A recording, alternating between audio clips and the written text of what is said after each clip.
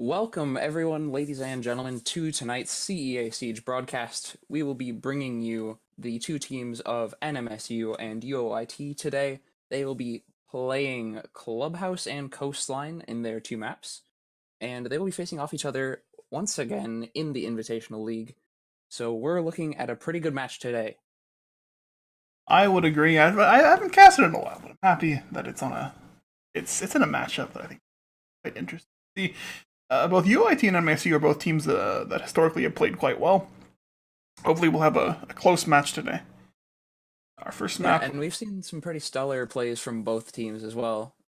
Some very nice teamwork from NMSU and very nice executed plays from UOIT as well. Specifically, NMSU playing on Clubhouse, we've seen them do a lot of well-formed timed aggression, specifically on the basement site last week. Well, I'm interested to see if they still do that this week again. Let's go ahead and get ready to get into the match. And Rage, are you prepared? Is your body ready? I am. I'm ready to see what they pull on Clubhouse because they're starting on attack. So they won't be able to go to the basement like you were mentioning until at least after 5 rounds into the match.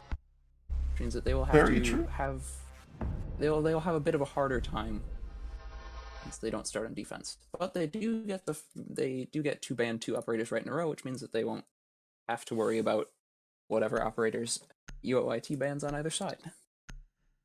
First ban though is important. It'll kind of help see what UOIT has planned for the defense Jackal off the board. This would show me at least that they're planning on doing some roaming.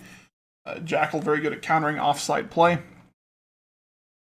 With that off the board and Lion's quarantine means that they really don't have too much to worry about in terms of direct tracking. Means that that job will fall down to someone like Dokubi or any of the other operators that root out roamers by proxy. Absolutely. If we do see UOIT run this theoretical roam game, I would expect Dokubi to come out for NMSU as this. They do like the aggression. Dokubi will help quarantine off those roamers and help them get that site pressure while the roamers are dealing with the Dokubi calls. Of course, the patch happened this Wednesday. Now Dokubi's phone calls only last no longer than 12 seconds. You don't always have to answer them. They'll eventually go away. Looks like NMSU is pretty confident in their attacking abilities. Banning Blitz off the board on their own attack is a very powerful move.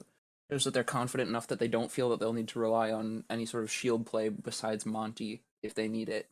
Banning Legion also a good choice. His goo mines were recently reduced from 8 damage per tick to 4, so not as strong as they were before, but very strong operator for information as well. Speaking of information, that Valkyrie ban will be shutting down a lot of the intel gathering. Not sure why UOIT would ban that on their own side, as Valkyrie's a very strong operator on Clubhouse. But it's quite possible that they just won't be playing a Valkyrie. Maybe they're comfortable with that. They recognize that NMSU likes to run the operator, and they're like, okay, well let's take that off the board. Right, and they do have the option of bringing someone like Maestro and as well a Pulse or something like that if they want to play a bit more vertically or a bit more defensively for intel. The choice to bring the Legion to me speaks a lot as to what NMSU plans to do. The Finca, I think, supports this as well, as they will be using this to play rather aggressively on the site. Obviously, Legions will help counter Finca as it speeds up the damage ticks, just like Smoke. But that Finca pressure, including the smokes from the Dokubi, would theoretically mean that they're going to be possibly seeing some early on, some early plants. Let's see what the attackers have in store for us. We'll see Cade picked up off of the ban. No, he's thinking about it. No, yeah, he'll lock it in. I'm curious as to why so many teams recently are choosing to play Gym Bedroom first on Clubhouse. I understand that the site is stronger now with the new operator changes and also with the amount of play it's seen at Invitational and Pro League in general. But it still seems like Cash or Church would be better sites to start off with. I would honestly expect a lot of teams to run the cash room first as opposed to the bedroom. I do think that it's just a little bit safer. It might just be that they want to catch their opponents off guard, or that they have some sort of strategy that they want to put into effect here. As I will say that, like, holding the cash room and holding the bedroom are rather similar. They kind of play off one another. Because losing one generally makes it significantly more difficult to hold the other. Speaking of which, we'll see. I believe that was Raichi reinforce the wall of cash room facing out towards Kennels. We'll see only one member, Fako, spawning on that side of the map. Raichi choosing to play a bit of a pixel angle in the corner on the balcony there, making sure that he has a nice angle lined up for anyone who tries to go in through garage. Looks like they might opt for a punch hole looking into cache as well. Granted, the reinforcements on that exterior cache wall means that they can sort of set and forget that entire side of the building. Speaking of set and forget, we'll see Maestro, instead of sitting on his cameras, will look to try to peek the window. Does he have a... Why is he peeking up that close with... Peeking that close with an ACOG is an interesting choice, to say the least. Already we'll see the west wall getting opened, jacuzzi wall is now completely vulnerable. See, Wonderful still playing on these stairs, pinned off by BLT. That is a dangerous sandwich. Lucky Not Good picking off Keldav already, Beasting getting a refrag back onto Fako. That will be a nice trade for them. Losing the Dokkaebi is not great for them to clear the roam game, but no, Lucky Not Good taking out Raichi as well. Those are both roamers off the board. However, Arton trading it back to Fira. Using that Finka recoil boost, but he'll get immediately picked up by Arton with a double kill, picking off Fira first, and then the Finka BLT over will find the refrag onto Arton. 2 versus 2 with a minute and a half left on the board. Thatcher grenade going down, and the plant as well. Claymore in the hallway, but the Maestro's got the fire through the wall, will down the Thatcher, covering him, and Wonderflow with the flank will find BLT. That round was going really well. There were tons of refrags from both sides every time someone dropped within 3 seconds, and the enemy dropped as well. That was really well orchestrated, except for that last attack. They stacked up on the diffuser, and that ended up being their downfall against the LMG of Maestro. Good refrags by both teams. They handled it well just towards the end. NMSU just ended up getting pincered from too many angles. The aggressive ACOG plays towards the windows themselves was interesting. I don't think that NMSU expected that. I think that it kind of tripped them up in their push into construction. Or I'd be interested to see how they adapt to this. As we'll see now, UOIT head to CCTV cache room, what we talked about previously, which I'm guessing will have a somewhat similar setup. Choosing to bring the same operators as well, it does seem like they're going to go for a very similar push. Switching out the Vigil for an alibi and out of back. You lose a little bit of raw damage and power with your weapons, but you do gain the ability to have a bit easier time on the roam game, which is exactly what they want against a team that's going to be doing that roam clear like NMSU. I'm gonna be honest with you, I don't really see the benefit to having the alibi over a Vigil. Vigil to me just has it has so much more presence, and with that gadget you can psych the attackers out, make them second guess themselves, and get a lot of just value out of just having the gadget active no matter where you're sitting. Keldav will open. I don't know why he did that. Misclick, perhaps? That might just be for anyone who has a little bit of a harder time with hearing through the reinforcements. I believe they did a couple sound changes so that it's less effective now, but people who have a bit harder of a time hearing it can still do that for a bit of an advantage. Garage walls reinforce as well as the cache room wall. This, of course, is rather standard, I would say. Garage, a very pivotal point to hold for the defenders in order to prevent the plant from behind the B shelves. So this is where we see often a lot of teams end up planting the diffuser if they do get control of site, is right here behind the shelves. Without control of garage, this can be a very difficult thing to hold. Worth noting though that impact hole will be a bit of a problem if the attackers do manage to get a hold of garage, as they can have an ACOG angle all the way from garage stairs through into money and cash. Which I might add will make the garage even more difficult to hold, which is already not the easiest task in the world. We'll see BLT throw... Wait, are you... Really? That was the Claymore under the drone hole that just got shot. I don't know, okay, like, I heard a Jaeger device, like, take out an EMP. I swear I heard it. I don't know if it actually occurred, though. The Kaid will not get EMP'd here. We'll see BLT look to get rid of the last one. He'll look to try to get the trick off, but this should be able to activate before it actually goes off. It'll go down, and Kaid will die for his time as well, and the Lucky Not Good will find him, Wonderflow, off the board. Almost well played by Cade, but just not quite ending up the right way. Those Cade Artilliclaws are just not fast enough to be able to do thermite trick like that. Beasting Babies in an uncomfortable position. Ooh, the trade! Fako and Beasting Babies will both fall to one another, but however, this means that Garage is now open. Raichi will find a flank kill for himself. closing off construction. I believe that was... What was that? Where's that from? Worth noting that was a very beneficial trade as well. Arton picking up another one for his time with 9 line off the board. Raichi going to get into a very close engagement here. Able to take out BLT. Quick headshot dispatching them. Diffuser is downed in sight. Going down to Capitao. Fear up on 1. You're at 1 versus 2 now. The clutch is possible. He has plenty of time now to try to get control of the site. But Maestro cameras are not his friend, as he will call it out to the team. Arton will find the headshot on the Fear up with the angle all the way from the door. Again, a very nice hold by UOIT. Very well orchestrated as well. They had a lot of crossfire set up, many angles that they could watch comfortably from where they were set up. It was well executed in general. Even though they lost the Maestro relatively midway through the round, they still had those Evil Eye cameras up and able to be used, and that's actually what allowed them to spot the Capitao at the end. Interesting choice as well by Fear Up on Capitao, choosing the LMG. Normally you'll see the para, but with the new ACOG that's been presented with the introduction of Operation Burnt Horizon, you'll see a much cleaner sight picture through that optic, which I've seen a lot more people using that M249. I would honestly like to see more customization with the ACOGs, wherein like you could just, if you wanted that sight picture, just get that sight picture instead of the other sight pictures. That is, it is a much better reticle, I will say. It's cleaner to the point of almost being too clean for some, I would say. I can see that. But speaking of clean, NMSU has been doing has had a clean sweep this far, not being able to put any rounds in favor of UOIT. Or no, in favor of NMSU. And with that, they will be moving on to the strongest site on the map currently, according to win rate, with, I believe, just over 70% of defense wins. Church is not an easy site to take.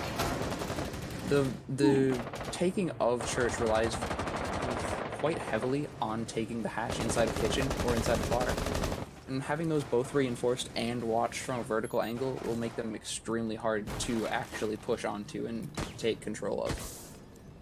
Not to mention the fact that UOIT only brought 1 hard breach, being Thermite and not Hibana, meaning that they're limited in the ways that they are able to take that as well.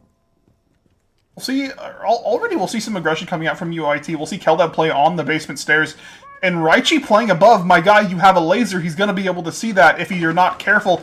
Thermite will run into the room, but he'll see the laser. This is what I'm talking about. Well, the shots will not connect. Fear Up will find 1, though. There goes Keldab off the board. Strong sight pressure. Not the worst outcome to lose the Jaeger, however it is unfortunate as 416C is very strong. Fear Up picking up a second, that definitely makes it worth it for their team. Taking out Wonderflow, Cade off the board, now unable to try to trick any of the walls. That'll put Arton in a bad spot. He's still on Yokai, very behind the counter inside a bar. Wonderflow peeking directly into suppressing fire. This is similar aggression to what we saw last week coming out from NMSU. But we'll see the Echo just sprint through. We'll find 2 kills for himself. BLT will get the refrag. Arton now down. 3 versus 2 in favor of the attackers. Still Plant going down behind. From relative safety, Raichi will find 1 kill now. 2 versus 2.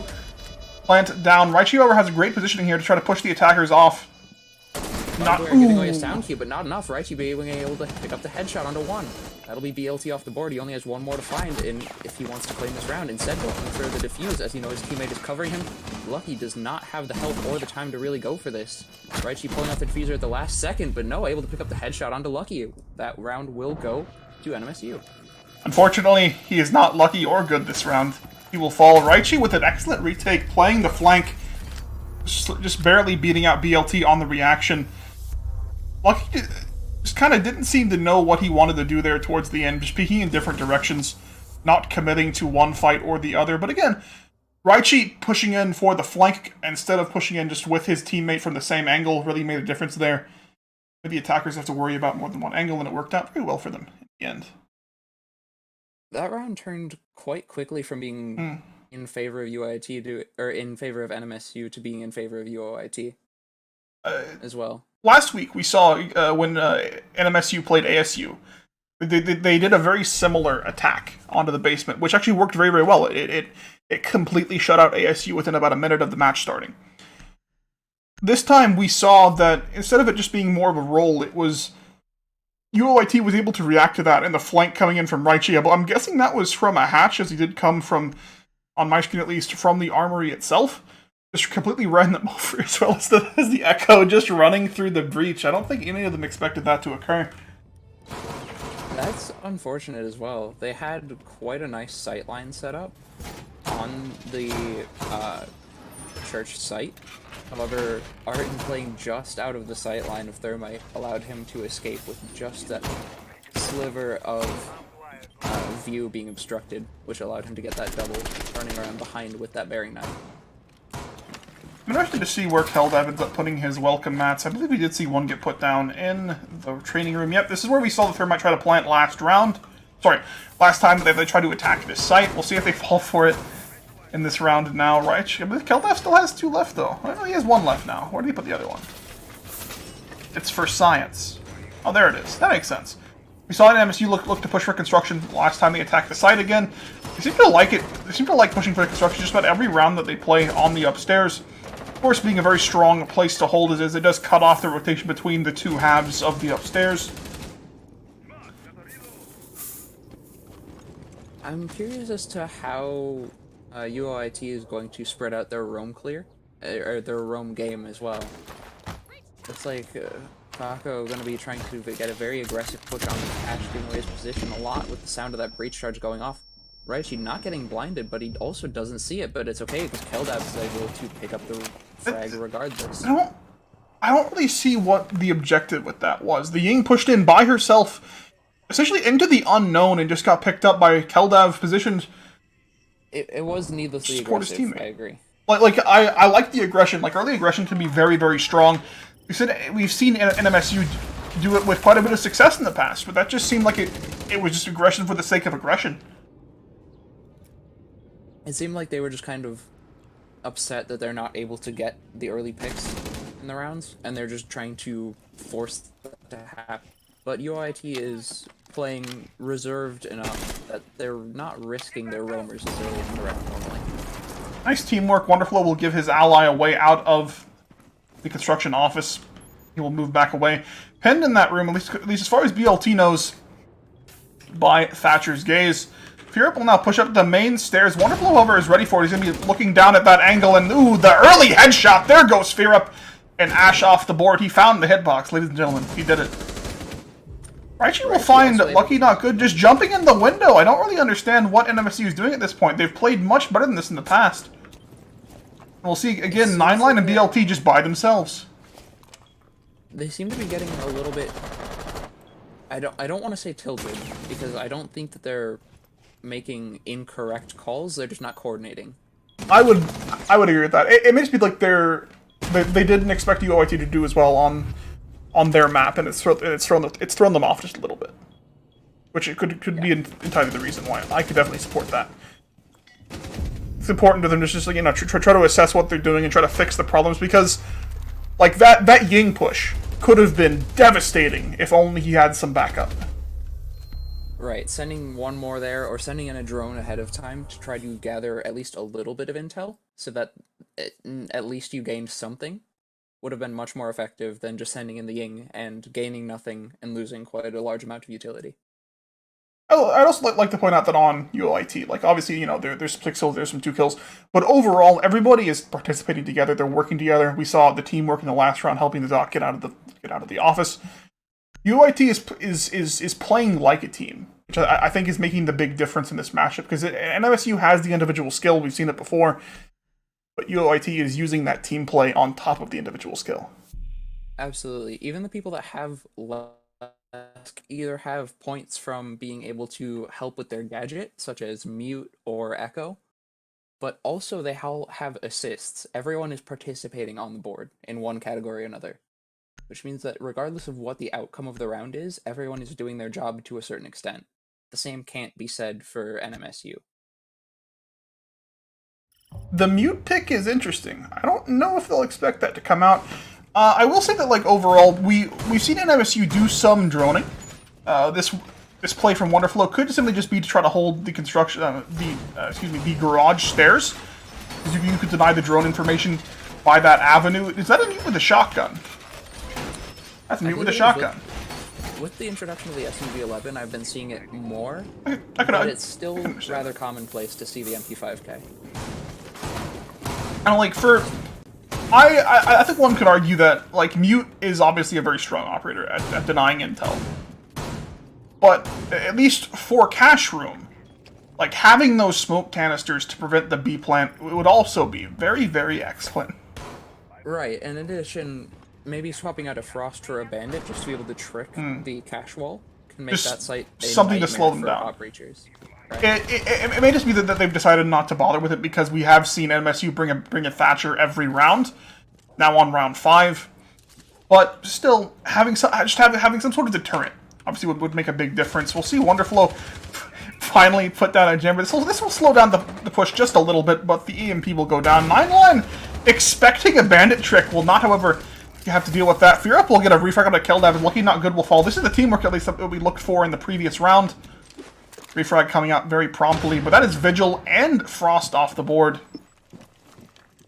Worth noting that Ash's R4C no longer able to take an ACOG, so Fear will be relying more on close-range engagement this round, meaning that rush will either be amplified or completely shut down due to the new playstyle it's been introduced. That's interesting. Did anybody else see that? You see that? I did. I believe it got caught slightly by the metal rim, but no, not mattering at all. Fear Up able to take that Wonderflow. Fear Up on his, I believe that's his 3rd frag so far of the round, playing very well so far. Beastie Babies, however, will find 9line, but he will now fall in turn. There is, I believe that was to the M14 from Dokkaebi, now pushing up the construction stairs, looking to secure the kill and get control of the garage. Arton now alive against 3. We'll see if UOIT can get the clutch once more. There goes Fear Up now. Down and out for the count. The Bearing 9 should prove to be a little bit too strong, but the Frost Mat will go off. Fako is down, and BLT has to secure the 1v1 now against Arton. Or just getting spam marked by all the drones does not know what to do. This is a perfect opportunity. Arton does have just exactly what he needs. He knows that 1 is down. He, however, does not have the clock in his sight, or in his favor, and the Yokai just won't be able to take out the diffuser in time, allowing BLT to fall back. Arton does, however, have the ACOG of the MP5SD on his utility belt, meaning that he will be able to take aggressive angles with that ACOG. I think he knows about the pings as well, does get it down, knows that Dokkaebi's down in the frost mat, able to pick it up. Arton taking the round. Arton sweep on defense. I'm not sure what stopped the Yokai drone from stopping the plant there at that point. We saw it fire its shot, but I guess it just wasn't quite able to line up the targeter on the Thatcher. But still, a well-played clutch by Arton. And NMSU just seemed to kind of get a little bit too excited there. And just, again, all run in without really looking at their feet. Obviously, Frost there in that situation, you wouldn't necessarily expect the mat to be in the garage on the balcony. But you've seen the gun. They've played it more than one round in a row. You would think that NMSU would be at least a little prepared for that. It was a little careless to lose Dokkaebi. It's not the worst operator to have stuck in a frost mat, but when you have a 3v1 and you essentially convert that into a 1v1 in the span of 15 seconds, that is definitely undesired.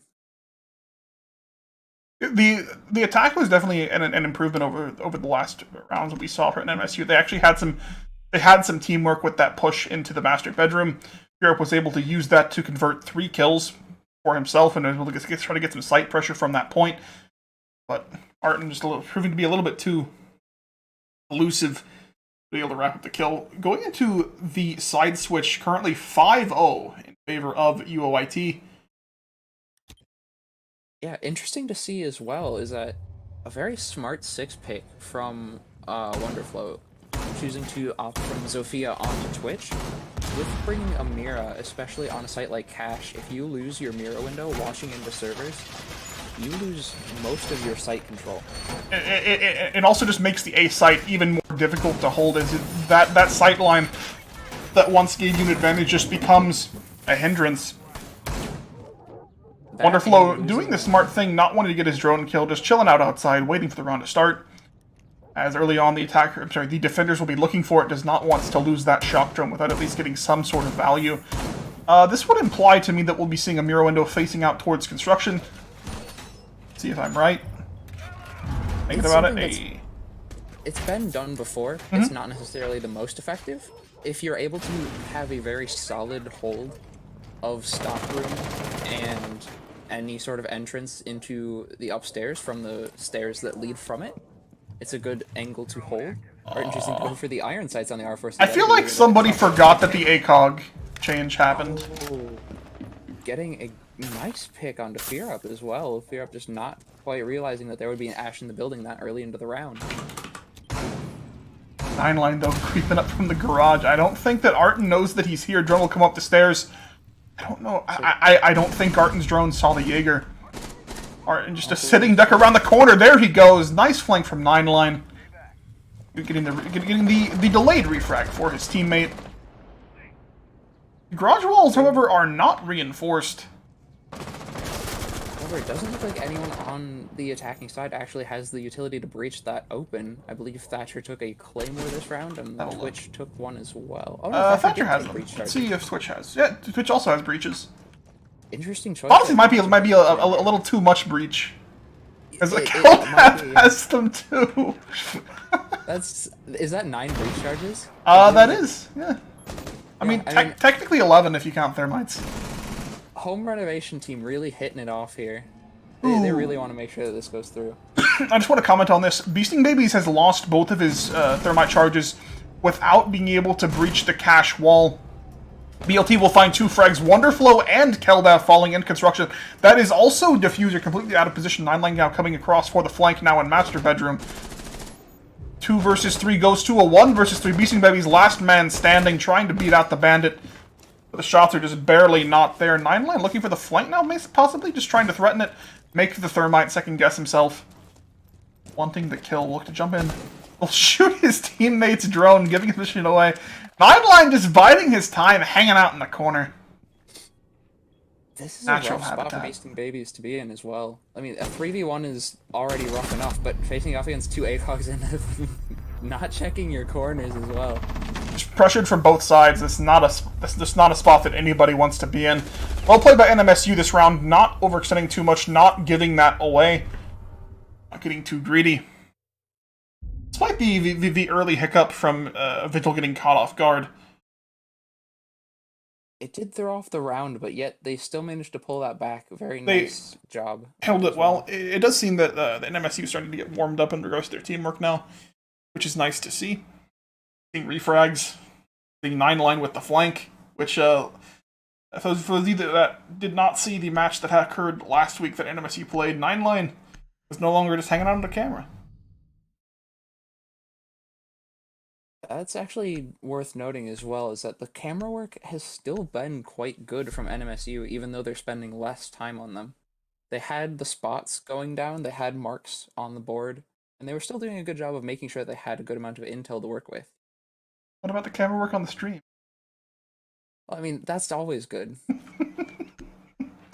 Arton has 10 kills. Can we talk about that? I don't know if I want to. Fair enough.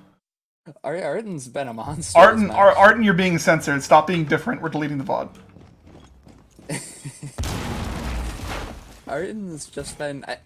he's not carrying in really any sense besides kills, but he is doing a huge amount of work as a fragger for his team. The whole team is absolutely pulling their own weight here, which is nice to see. Like the teamwork is definitely helping out UOIT's ability to make things happen in this.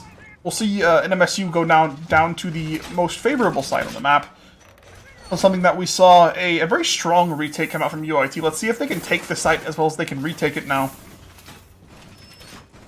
That would be something that they will need to probably prove further into the round. I'm assuming that with a site like Church, you either have almost a complete shutout, where the attackers won't really get to site just due to how strong the defense is on it. Or you'll see the defense have to deal with a plant going down and have to retake the site. I don't know how I feel about this mirror window. I would say that it's questionable. Choosing not to reinforce that wall is definitely like, this one makes sense to me. This is good. I suppose it threatens the blue stairs.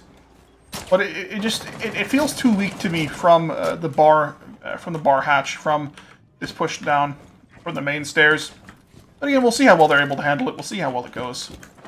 With the team composition that UOIT is bringing, it might just work out, as they don't have the Ashe that they previously did, which would have made it much easier to deal with that. But now they'll have to use either Hibana or one of the breaching charges that they brought to deal with that, which can be a pain if there's anyone on the other side. I would definitely agree with that assessment. Let's see where actually is UOIT right now. We'll see Twitch pushing in, looking to clear out the blue hallway, possibly counting these mirror windows. I don't know if BLT actually spotted it out, but Fako will spot it out. But he'll get the window! Well played by Arton, not missing his shot. It's a little bit too slow by the dock, excuse me. We'll see no roam game coming up from NMSU. Every single member of their team is on the site, leaving the entirety of the map to UOIT's disposal. And that will actually not come back to bite them, it looks like. Already nearly 2 minutes off the board, and UOIT just it seems like down. They're expecting the roam game, but just not really seeing it here. Ooh, narrowly missing the shot on the Doc's head. Was Fako missing the shot onto Arton. Just barely missing that pre-fire. Good try. Well, speaking of pushes, Raiche is not in a very safe position here, as he can very easily get shot up by the mirror. We'll see the hatch get taken out by Hibana and Bar. I guess that's what that sound was. Yep, Bar hatch is down. Hatch number 2 will go down in the break room. Wonderflow now moving to take out the last hatch for his team. BC maybe his charges still one remain. I'm not sure what he used the other one for, to be honest with you. Smoke right from Raiche, that's a very aggressive push to be making with a drone to help him out, but no, Fear Up will pick up the kill. Keldav getting a nice refrag onto Fako, and that'll be a nice one-to-one trade in their favor. However, no, Keldav getting a second on Fear Up. That's the Kate off the board. Good shot by Keldav, securing 2 frags for his team. We'll see Hibana now looking to move across. I'm guessing he might want to drop the hatch here. See what he decides to do. Yep, flashes will go down. BLT will look for the pre-fire. Will not quite find it, though. BLT now backing off, having to reload his weapon. The Vector does not go. Ooh, the shotgun will come out, though. Vector out of ammunition, but the shotgun is still good to go. Miro, however, will fall in the end. 1 versus 3, but the attacker is just able to completely bear down on the site, removing NMSU from the map. That was an extremely down-to-the-wire finish as well. I believe there were 2 seconds left on the clock. That was... I honestly thought that the attackers lost at that point because of how close it was. I was about ready to say so, yeah. Like, I had to stop myself from saying that the defenders won. Yeah, like, despite it being down to the wire, UOIT able to execute down onto the site and make the take happen. Well played as well. Just completely dominating on defense. A slight slip up on offense was really all it took for them to reevaluate and get back in gear. They took that first map extremely well. I want to stress that this map was NMSU's pick. Next will be Coastline, which was picked up by UOIT. They will be defending. NMSU will be attacking once more. I'll be interested to see if... go ahead. Coastline, just a note. Map has been seeing a lot of play this season.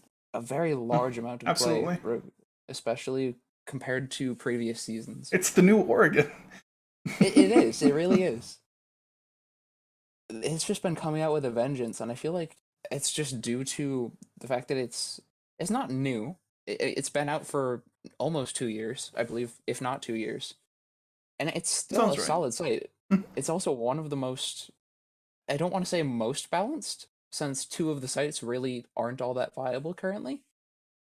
But you still have the ability to play on Blue Sunrise, Hookah Billiards, Penthouse, and all 3 of those have very solid holds that can be run by the defense. But then again, it is not the best map to play defense on as well. It's not the highest win rate, but it is the most popular, and I'm curious as to why. Make sure that it's supposed to be on Coastline.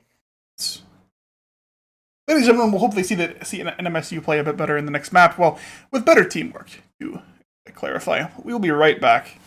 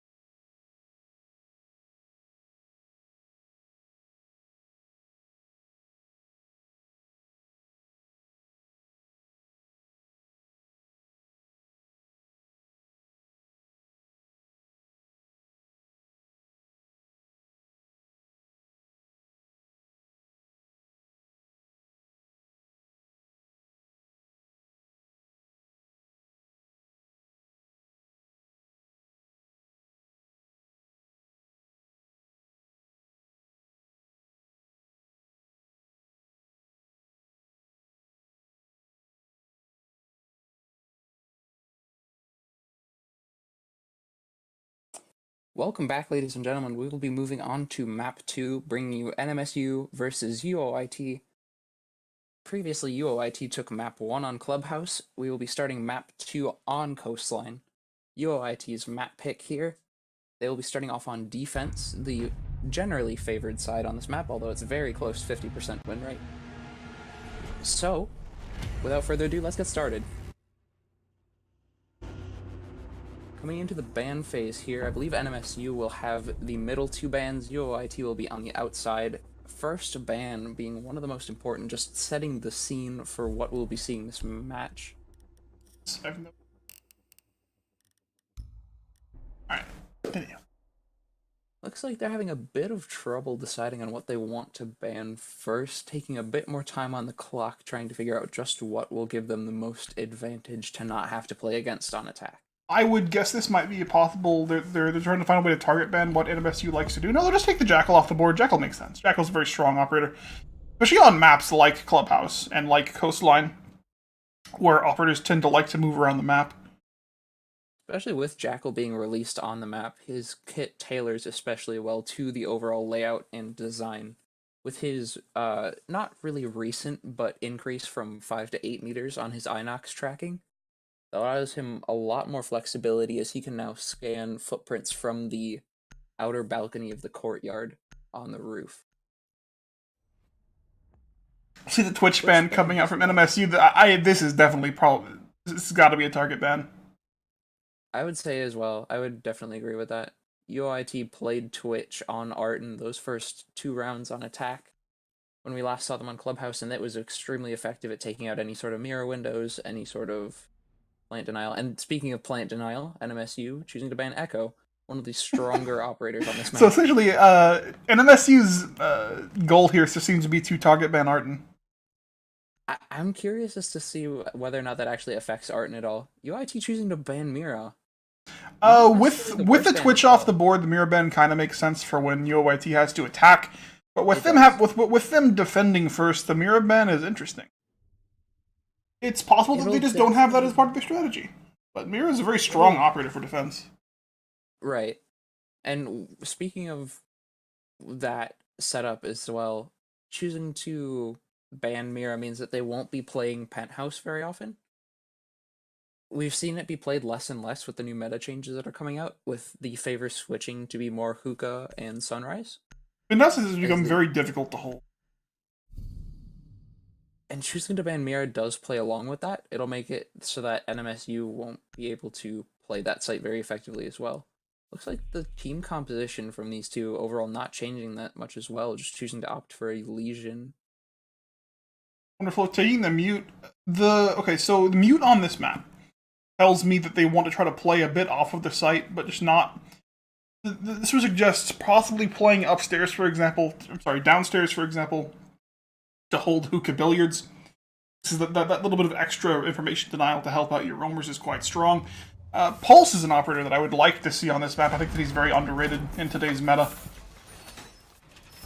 For sure. I mean, just the ability to have vertical intel compared to someone like Valkyrie who has static intel, where you place your cameras down and that's it. Pulse's ability to both move around and track through floors, ceilings, walls, and any other obstacles that might be in his way makes him a very valuable pick in the right hand. That, combined with the Nitro Cell and the ability to provide death from below, is extremely effective, especially on anyone who might be trying to rush into Hookah. We'll see Raichi look to put up some goo mines here to try to slow down the push onto the white hallway. Obviously, a very strong push coming in from the drop down from the roof could be very devastating if they aren't prepared for it. This extra barbed wire and the goo mine will, of course, help to slow that down. Fear Up now on the bottom floor will break open Ferrari doorway. Begin to fight into Wonderful. Wonderful will find the kill. The drone just a little bit too slow to be able to help out Fear Up and let him know that Wonderflow is playing there. Nice frag onto the Ash. Barely even 30 seconds off of the clock. Not trading any health off of that as well means that Arden gets to keep his stims on dock for later in the round should he need them. Will be more useful in reviving teammates and also just providing any sort of top-offs that might be needed later in the round. Got there eventually. There are 3 roamers right now on the opposite side of the map. Oh, Wonderflow going down for that as well. Picked by BLT.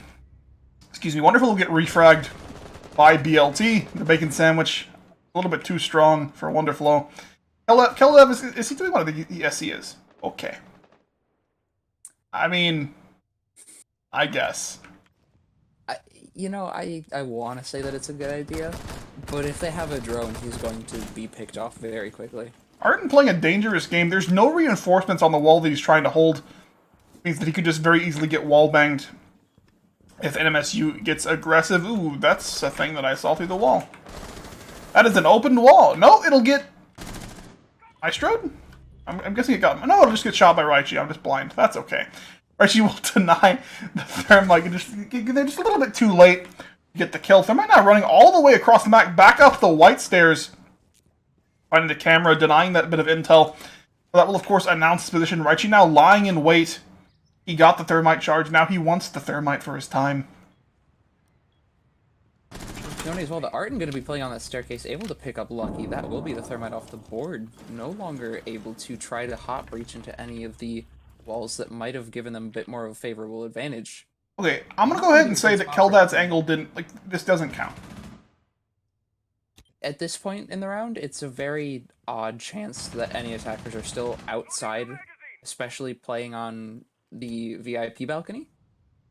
But Nineline choosing to take it nice and slow, even though they only have 30 seconds left in the round. This is something that occurs quite a bit, I will say. Nineline being alive towards the end of the round with his teammates just dying all around him. Arden now lying in wait will look to get the aggressive peek and find the kill. Keldav coming up from behind, leaving no chances for IQ.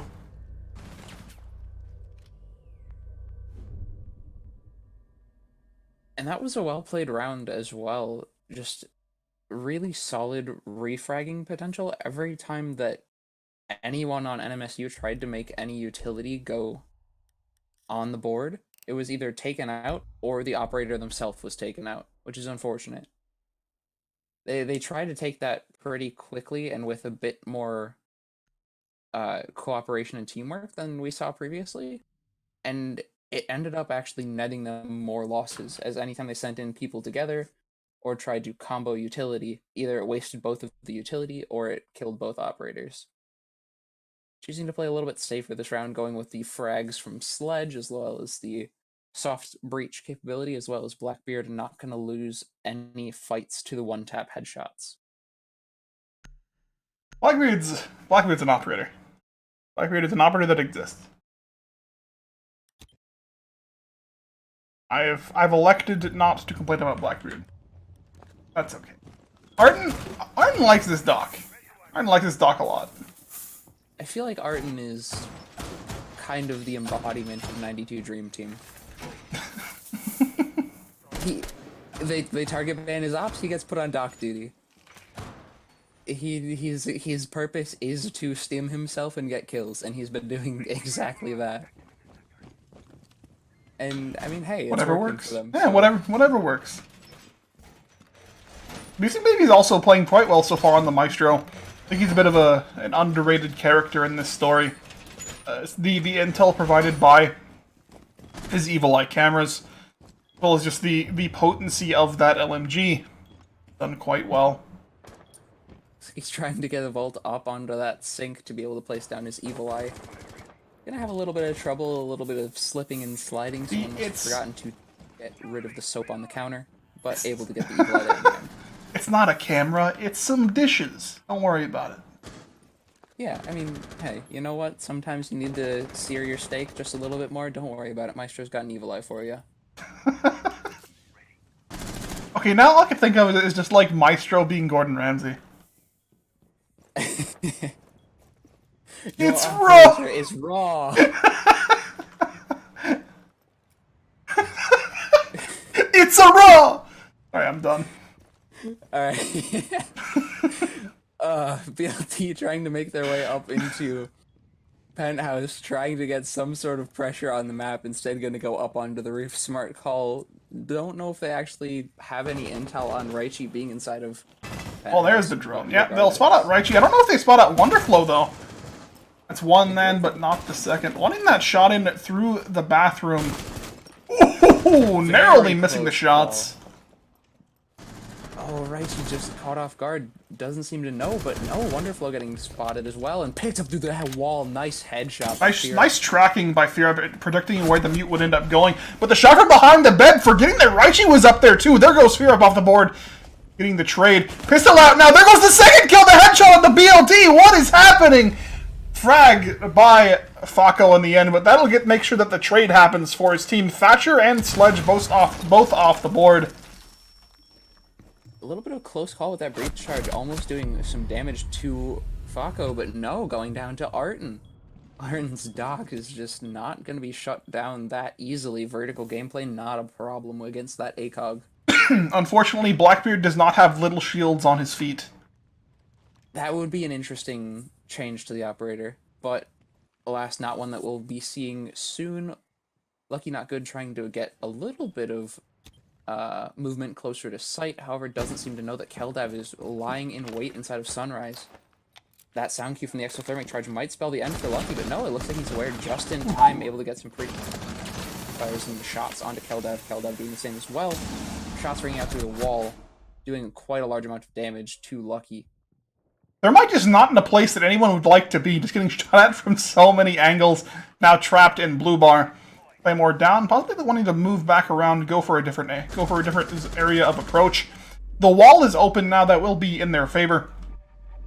Now having to push out on his lonesome 9-line again across the map, wanting to push into the bathroom, but Arten will find him. I'm pretty sure Arten's killed 9-line like every time the UOIT has won a map. It seems like it's just kind of a rivalry that can't seem to get an end. Except 9-line's not really part of the rivalry, he's just at the butt end of it, kind of getting shot, which is unfortunate. He's consistently the last one alive. I believe. You know what? I think that he can make it work. It's a matter of, like, they generally, at least from what I've seen, on Clubhouse, you know, they have 9-line playing the Thermite, which obviously the Thermite does not want to die early on. He ends up playing safely. And, of course, he ends up getting pushed into the clutch situation because the rest of his team is dying around him. On the IQ, I'm not quite sure what happened, as well as on the Capito. Kind of seems like 9-line can't decide what he wants to play.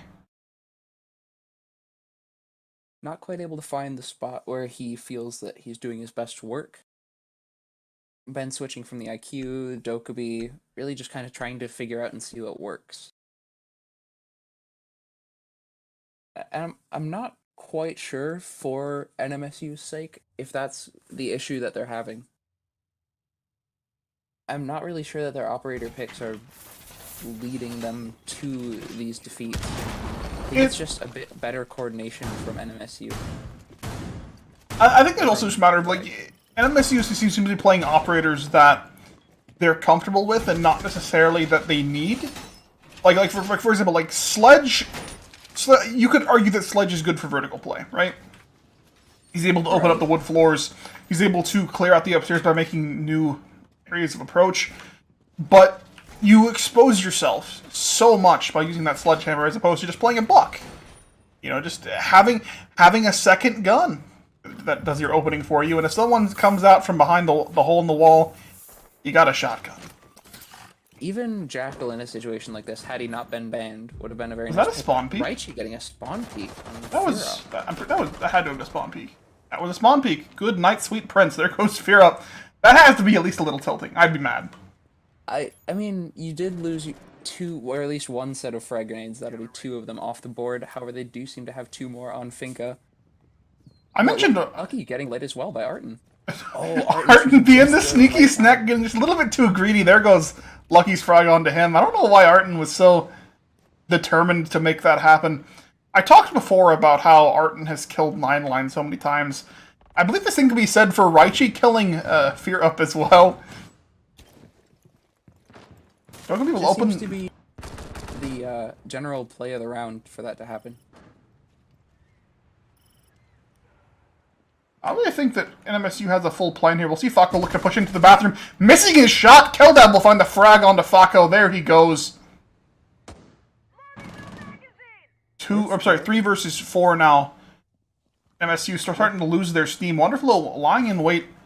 Line line, wanting to make this push happen. Where has Raichi gone off to? Still upstairs. Still hanging out, living his life. Wonderful getting greedy. Will not quite find the frag, taking a lot of damage for his time. 9 line now backing off. Placing that mute jammer will prevent Dokubi from calling and locating him for the time being. However, that is only a little bit of a band-aid for that issue. It will still be a problem should Dokubi push him with the SMG-12, and no, choosing to push with the M14. Still claiming their mark, that's Raichi going down. BLT getting a nice trade off onto Beasting, that's a headshot and an ADS off the board. A nice shot for them, nice trade as well. 9line taking a bit of damage, but so does Keldav. That'll be a rough spot, but no, Wonderflow picking it up with the SMG-11. This is now a 2v2, make that a 1v2 as BLT crosses off Wonderflow. It is up to Keldav with just a bit of health remaining to try to face off against 2 nearly full health operators with that Finka buff. Getting a bit aggressive with the Vault, not able to get seen. The frag coming out, actually going to be in the red zone, pushing into a wrong spot. Lucky, not good, picking up Keldav.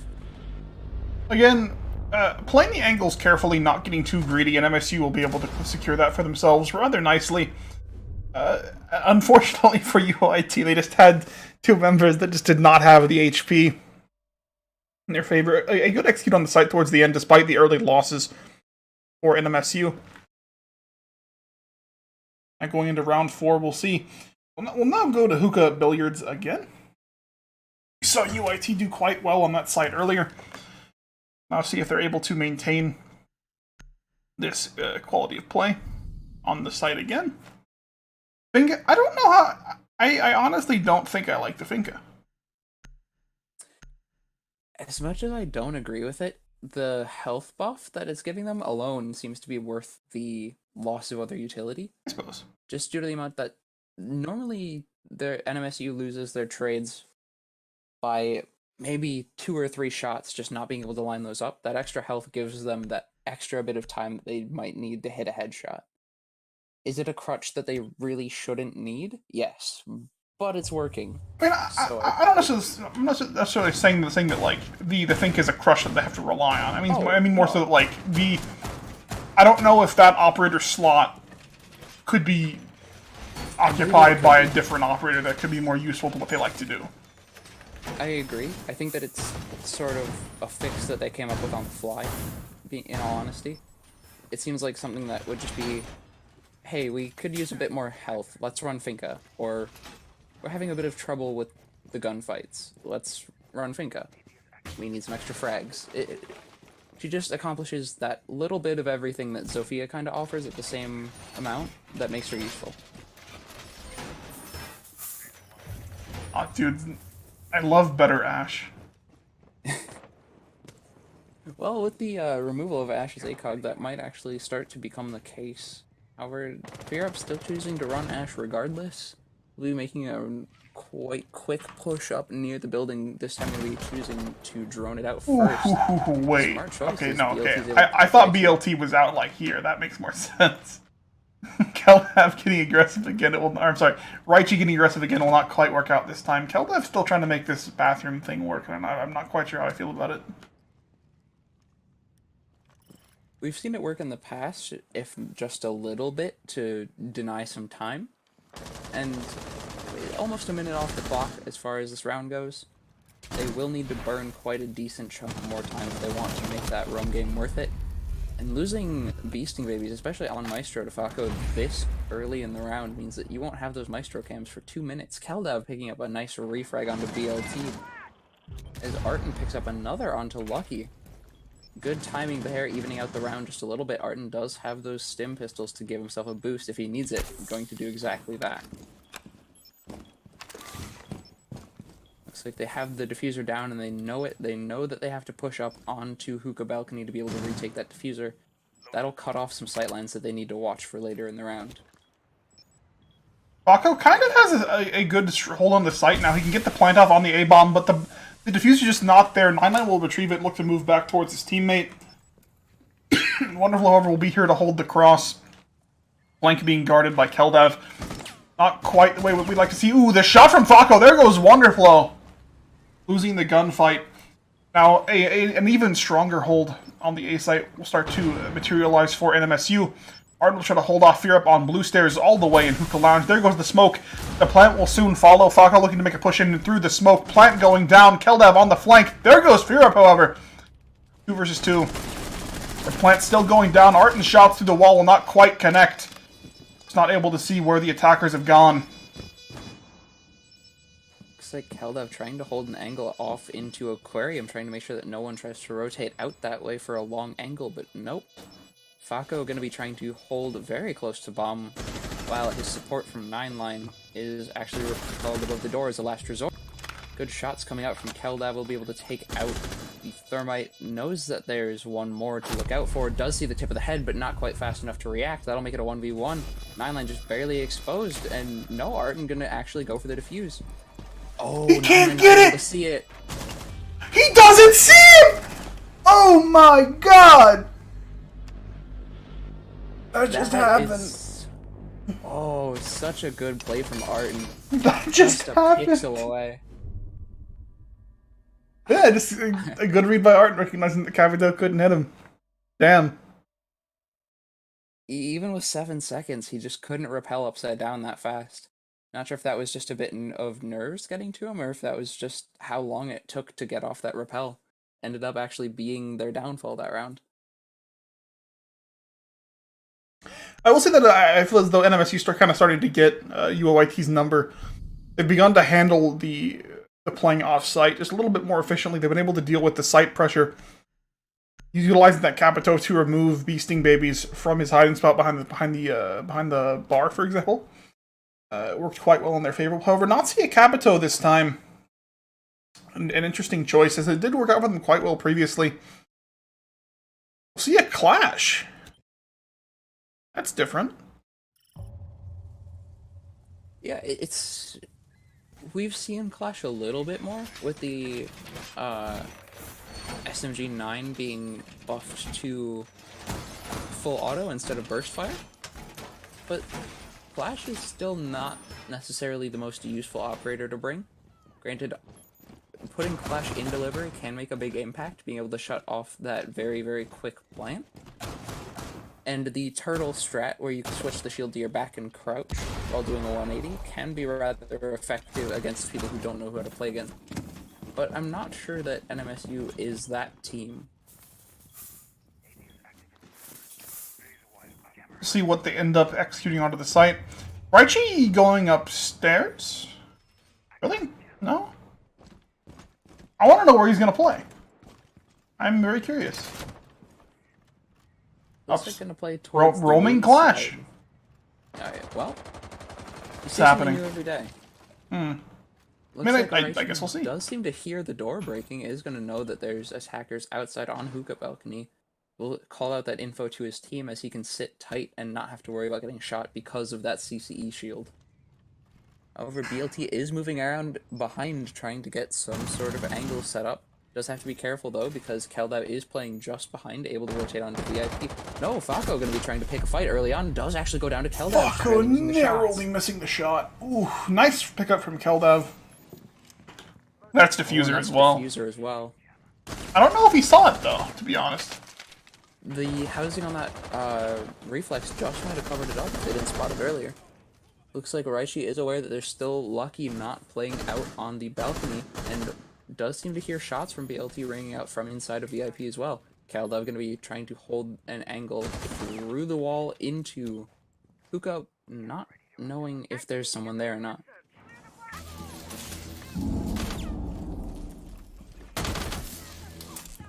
Flash's CCE shield will be shut down by that Thatcher EMP, temporarily blocking off any sort of slowing or stunning capabilities that it might provide. Keldav gonna have to fend for himself here for a little bit as he's caught out away from his team. Does have 4 attackers to worry about. Flash is coming out as well from luggage push. Doesn't know about the Thatcher pushing up as Lucky picks off Raichi. It's gonna be a quick fight as BLT is also able to pick up Keldav. User's been recovered, but 2 minutes are already off of the clock. Keldav doing his job to buy as much time as he can for his team. 3 versus 4 in favor of NMSU, but the time is definitely on the defender's side. Wonderful playing all the way in Sunrise, taking shots with Lucky Not Good. Fear Up now playing towards the flank on the blue stairs. This will stop Wonderful from being able to rotate back to the site if it's required of him. Hatch will go down. This is trying to get Wonderful out of his safe place. Fear Up will hit the doorway, but Wonderful is there on the other side. Not quite prepared for one another, but Wonderful is still very much up and kicking, slowing down the attack. Arden will find Lucky Not Good. There goes the Finka, but Wonderful will get refragged immediately. There goes Fear Up's kill. Now, complete control over Sunrise. Last members of the defenders now hanging on the site. BLT wanted to push in through the kitchen doorway. Fear Up now looking to make sure the push happens. Pushing in first. Exchanging shots with Beasting. Running out of time, however, the shot on the BLT just not quite ready for it, and the Ash will go down. Glaz, last man. He will get the trade kill onto Arton. Plant will get faked. Arton not going to buy it, though. Just buying his time, waiting as long as he can. The shot through the smoke. There goes the Glaz. Well played by UOIT, especially using that Maestro just to the very last minute, using those cams to be able to spot through the Glaz smoke. Without that, that round could have ended a lot differently, as Glaz would have been able to not only get the plant down, but also have 3 seconds inside of that smoke where he would not have been seen, but would have been able to see Arton. Well played to choose to opt for the Maestro cam on that sink. Indeed. See, that's why you wipe off the soap off the counter, you attach the camera, and you're ready. Yeah, make sure that no pesky Russians come into your kitchen and start, diffusing your kitchen bomb. Stop diffusing my roast. Well, 4-1 in favor of UOIT going into the side switch. Montaigne being played by Raichi. That's interesting. We haven't seen that yet so far. Does Raichi just want to play Shields now? Is that where we're at in the series? I think he's just looking for a solution to whatever they seem to think is going to work on attack. I mean, to be fair, they lost Jackal. They lost their own clear. They didn't really lose. They could have brought in Blitz, so that would have arguably been a better choice. But I understand bringing Monty just in case they run Penthouse. Being able to drop into Bathroom without having to contest those angles can be very beneficial. Albeit not necessarily the most effective. Generally, Monty isn't all that amazing on second floor takes. Blitz and Montaigne generally play, they can play similar roles, where obviously they both have big pieces of metal in front of them where they can push out defenders. I think that Blitz is more of a, I'm going to push you out of this and I'm going to run you over, and Montaigne is more of a, I'm going to block for my team. Right. I think that the Montaigne pick, it being more of a team play-focused operator, could kind of play into UOIT's playstyle a bit better. That they do like to play together, they like to make pushes together. So we might see that work out for them in their favor. Also, it's a good opportunity to watch out for spawn peaks, clear out corridors that you don't quite trust. Being the mountain that he is. Being able to facilitate plants as well by himself or for teammates can be very nice. He is the because you can sit in front of someone and just be like, okay, they're in the corner. You can't shoot them. That's what I'm doing. He is the most aggressive doorway. You try to knock on the door to open it, and the door hits you back. Exactly. Ooh, Arden! Nice. Will pick up Lucky, just not ready for the Ash to just sprint in from Memorial.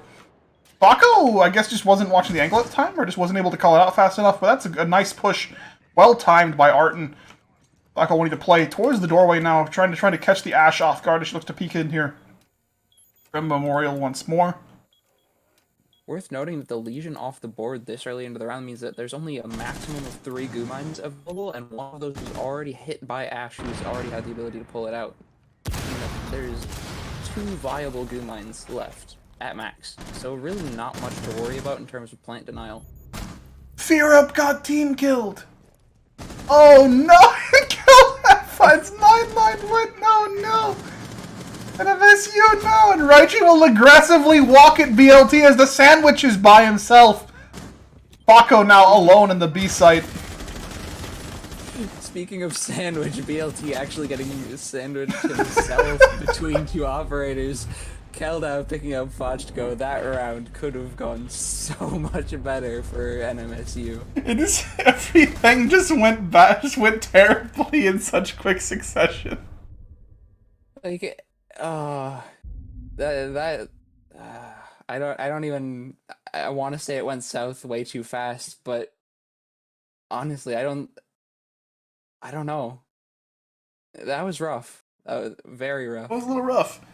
Again, let's see. Arton just has really well-timed aggression, pushing in when the Jaeger was not able to hold the angle, picking up. I believe it was lucky early on.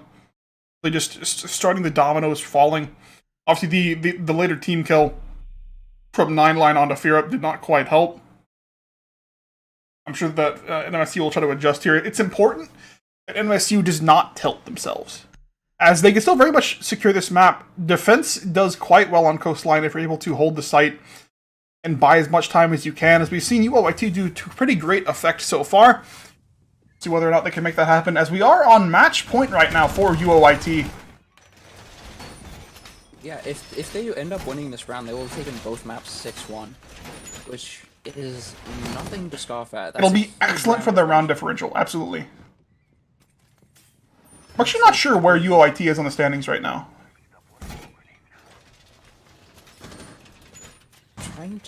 Looks like they're doing a kind of a hybrid setup here, choosing to opt for single reinforcements on most of the walls. The only full reinforcements being on VIP wall and the connector from theater onto White Stairs. There we go. Just a little late. We'll see it come out now. After round start, granted those two operators, Faco and 9line, have a bit of setup, having to set up the Maestro cams and the ADSs. But regardless, they do still have that one soft wall that could actually be a weak point for UOIT to exploit later in the round. One thing that I've noticed historically is that NMSU has not been very successful in playing operators off of the site. The team kill last round obviously didn't help with that, but we'll now see Fear Up look to play off of the site by himself. The other 4 members of his team playing on the site, trying to hold it down. That's 2 ACOGs, backed up by a fast Jaeger. Of course, Legion with the unlimited amounts of what is basically barbed wire. Fear Up looking to open up the wall, trying to slow down this attack here. This honestly, I think this match might be a little bit too aggressive for what he needs to be doing here. Because this angle works both ways. The team! What Oh, not again. is happening? Oh, he hit a very nice headshot. But wrong target. Alright, look, I know you're mad, but you should have seen the flick. We've all been there. I can't say I haven't had my fair share of that in competitive games, but regardless, Raichi getting a little bit fed up with the impacts getting thrown at him, gonna show them who's boss by slowly backing away. Pushing in to to aggressively shake his head at the Legion again. And the bop! There goes Lucky Not Good, just narrowly missing the kill onto the Monte. And Raichi now pushing up into the site now. 9-line by himself against the Monty. Fear Up still off of the site. Let's see where he's at right now. Just hanging out outside of VIP. Just getting zoned out by Arton playing behind the stacks. Plant going down. Raichi just zoning out 9-line, unable to make this happen. Fear Up will fall. Last man is 9-line on the site, and it's not looking good. Pushing into the mountain is never where you want to be. And the shot from behind the shield! There goes 9-line, picked up by Wonderflow. And the series. UOIT. Very well executed, both maps by UOIT, just overwhelmingly winning. 6-1 differential, that's huge. Absolutely. That plus the amount of coordination and teamwork that UOIT displayed. NMSU had a good amount of teamwork as well, but just the level difference of play between the two teams, absolutely evident. Worth noting that Arton once again top fragging by a huge margin. Just a casual 12-1. Yes, absolutely. You know, just no breeze. You know, just gonna top frag, take both maps for my team. Not really worrying about it. As you do. Yeah, you know, all in a day's work. Quote Arton. I believe that has been us for the evening. Thank you all for coming out to watch the stream. I've been Albatross, joined by Enrage. Enrage, do you have anything you'd like to say to the audience before we turn in for the night? Just another time of saying thank you for tuning in. hope you'll join us again for our next match. Stay tuned for that. Follow us on Twitter if you want to stay updated. Thank you once again. Good night.